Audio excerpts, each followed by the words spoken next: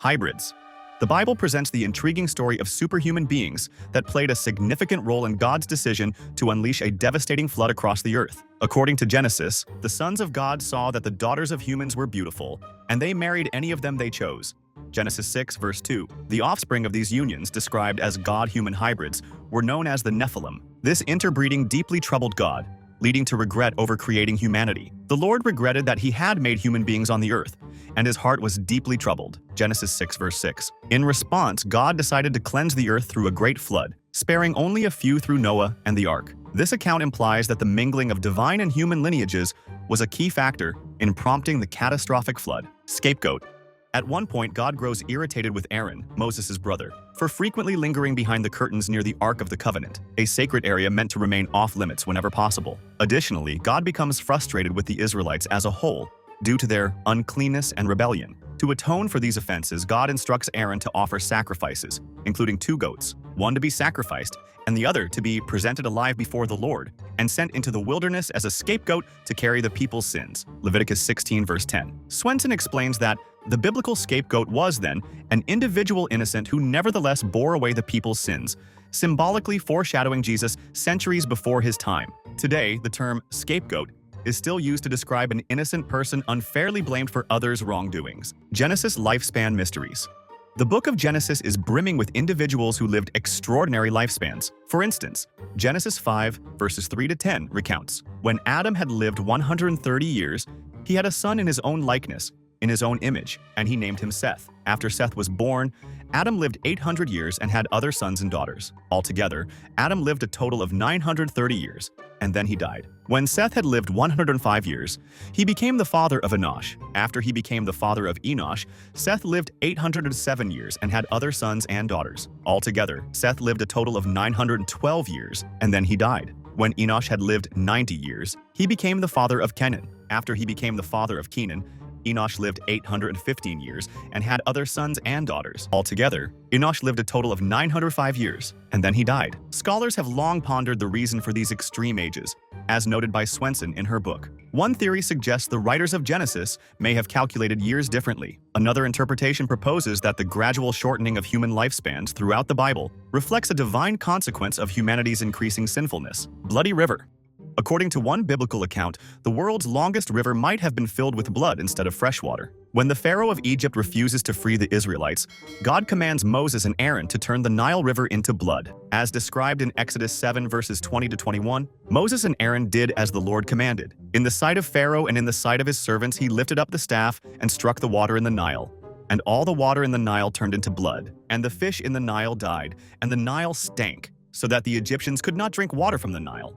There was blood throughout all the land of Egypt. Despite the miraculous event, the Pharaoh remains unbothered. Pharaoh turned and went into his house, and he did not take even this to heart. And all the Egyptians dug along the Nile for water to drink, for they could not drink the water of the Nile. Exodus 7, verses 23 to 24. An Egyptian text, the Ipuwer Papyrus, may echo this event, as it describes Egypt in turmoil and mentions the river is blood. This document, written over 3,000 years ago, is subject to debate regarding its exact date. Another explanation for the Nile's red appearance could be a red algae bloom, which can turn the water a reddish hue. Attempted murder of Moses.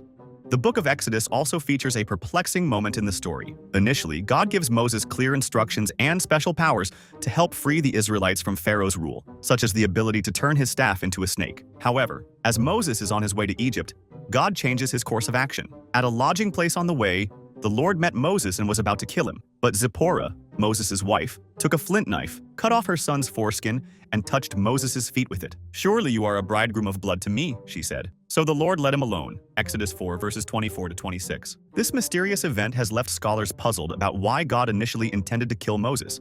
As noted by Swenson, one possibility is that some key passages that might have clarified this reason were lost over time. Moses has horns? In the book of Exodus, there's a curious detail where Moses literally grows horns. After making a covenant with God on Mount Sinai on behalf of the Israelites, Moses receives a promise that they will inherit a vast territory in the Levant, but they must worship God and follow his commandments, particularly the 10 Commandments. Moses then chisels the covenant onto 2 stone tablets. When he returns from the mountain, his face has changed and he wears a veil. Swenson explained, most modern translations say it's shown, or use a similar term. But the Hebrew word karanan is unique and doesn't appear elsewhere in the Bible. One theory is that karand might mean horns, as it closely resembles the word karen, which means horn. This suggests that Moses could have actually grown horns after his encounter with God. In the Middle Ages, some believed Moses had horns, and this idea influenced medieval artwork, as well as earlier and later depictions of Moses. Swenson notes that in the ancient Near East, horns were often associated with gods and goddesses, symbolizing exceptional beings with special power. Talking donkey.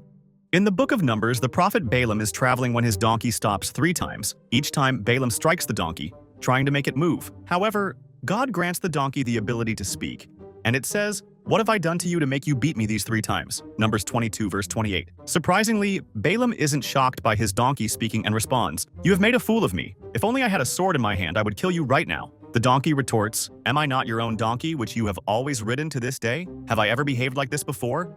Numbers 22, verse 30. At this point, the angel of the Lord appears and explains that the donkey had saved Balaam's life. The angel says, "The donkey saw me and turned away from me these 3 times. If it had not turned away, I would certainly have killed you by now, but I would have spared it." Balaam then apologizes for his actions. Swenson notes that Balaam must have been confused as to why God was threatening his life, especially since he had not harmed the Israelites. Earlier, the Moabite king Balak had asked Balaam to curse the Israelites, but despite the considerable gold offered, Balaam obeyed God and spared them. Mary Magdalene's demons. According to the Gospels of Mark and Luke, Jesus cast 7 demons out of Mary Magdalene. In these Gospels, we read that Jesus expelled 7 demons from her, Swenson wrote. However, the Bible does not specify what these demons were or the nature of her possession. Were these demons related to the 7 deadly sins? The Bible doesn't claim that these were the 7 deadly sins, though artists have often depicted them in various ways, she continued. The Bible also doesn't describe the physical or emotional effects the demons had on her, though modern interpretations suggest they might have manifested as what we would now recognize as mental or physical illnesses. There is no clear indication in the Bible about Mary Magdalene's health or any specific conditions she might have had, and no historical records provide further insight. Ferocious Cherubs. In modern depictions, cherubs are often shown as angelic infants with wings. However, in biblical accounts, cherubs are sometimes portrayed as intimidating figures. They are tasked with guarding both the Garden of Eden and the Ark of the Covenant. Unlike the gentle cherubs seen on many Christmas cards, the Bible's cherubim are fierce creatures, hybrid beings not found in nature, likely inspired by ancient Near Eastern iconography, Swenson wrote. Their intimidating appearance was necessary, as they were meant to protect the sacred. The transformation of cherubs into harmless angelic infants seems to be influenced by their commercial appeal. In 1946, an Indianapolis department store featured cherub images as infants in their holiday catalog, and the image quickly gained popularity, Swenson noted. Difficult matchmaking.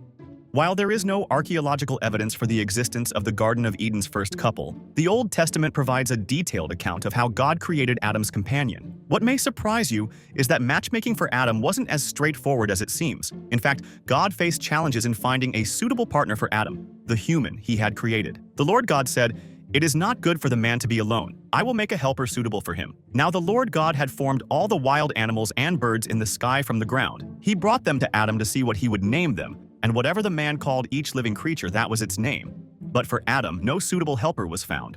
Genesis 2, verses 18 to 20. Eventually, God decided to use one of Adam's ribs to create Eve, who became his wife. Swenson pointed out that in the original Hebrew, the word Adam can refer to a human being in general, not specifically to a male or female. Some scholars suggest that the biblical writers may have intended Adam to be portrayed as an androgynous figure. If you found the bizarre stories in the Bible fascinating, don't miss out on our next video. In Every Religion's Perspective on Non-Believers, we'll explore how different religions view those who don't share their faith. It's an eye-opening look at beliefs across various traditions. Stay tuned and hit that subscribe button so you don't miss it.